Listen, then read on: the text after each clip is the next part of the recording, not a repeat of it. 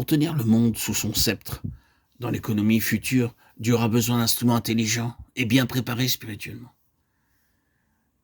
C'est par le chemin d'épreuves, de sacrifices qu'il faut passer si nous voulons en être. Et chaque expérience sur ce chemin nous plonge en permanence dans un abîme nouveau qui est à chaque fois un peu plus profond et qui nous oblige chaque fois au même aveu d'impuissance. N'ayant pas en nous-mêmes les ressources qui sont nécessaires pour triompher de la situation, nous apprenons dans la détresse que Christ a justement ce qui nous manque. Nous le prenons de sa main, et c'est ainsi que chaque extrémité est pour nous une occasion de croissance de par la nécessité où nous sommes de recevoir de Christ quelque chose de plus. Et sur ce cheminement,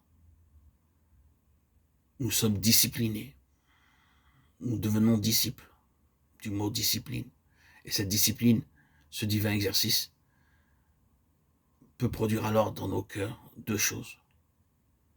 Soit la croissance ou l'endurcissement. Les 40 années dans le désert furent pour Israël 40 années d'exercice spirituel. Vos pères me tentèrent pour m'éprouver. Dieu avait son peuple sous discipline pendant ce temps-là. Régime excellent pour la formation spirituelle d'un peuple enfant.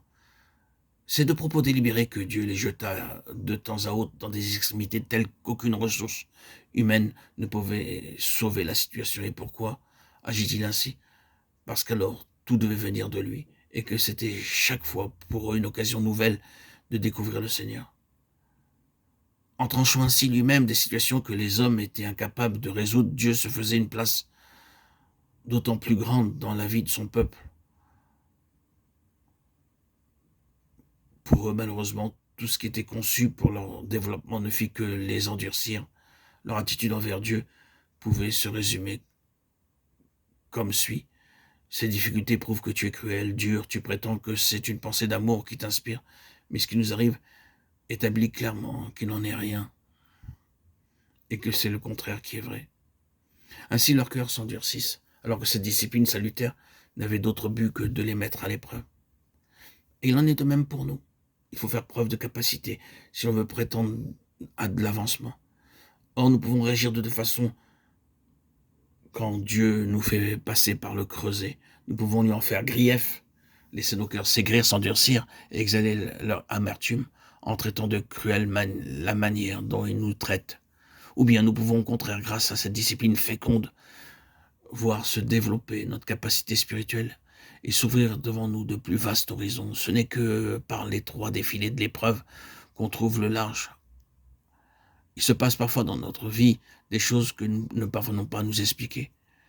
Mais quelles que soient les causes secondes, il y a en tout cas une explication que nous pouvons donner. C'est Dieu qui règne. Et s'il nous laisse parfois à la merci des plus terribles catastrophes, ou du moins de ce que le monde appellerait ainsi, c'est qu'il juge dans sa souveraineté qu'il y a là pour lui un bon chemin pour atteindre son objectif, et que le but en vaut la peine. Il peut nous sembler à nous qu'il va à l'encontre de ses propres intérêts et que l'honneur même de son nom va en être terni. Mais à travers ce creuset, et en raison même de l'étendue du désastre, il donne à son peuple de l'avancement spirituel en amenant chacun des siens à une position de maturité. Leur relation avec lui s'en trouve fortifiée, et ils le connaissent maintenant comme ils ne l'ont jamais connu. Nous découvrons toujours que ces choses-là portent dans la vie de ces enfants des fruits qui sont infiniment plus à sa gloire que ce n'eût été le cas autrement. C'est là ce qui le justifie et donne raison pour finir à sa sagesse souveraine.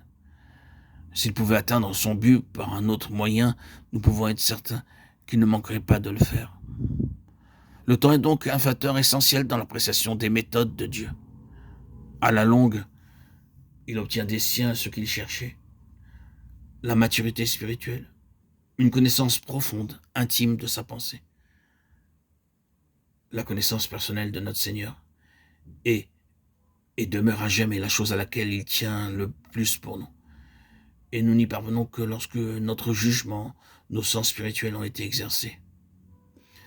Bien-aimés frères et sœurs en Christ, chers amis, auditeurs, auditrices, que Dieu nous fasse la grâce d'apprécier tout ce qu'il nous envoie à la lumière de son plan éternel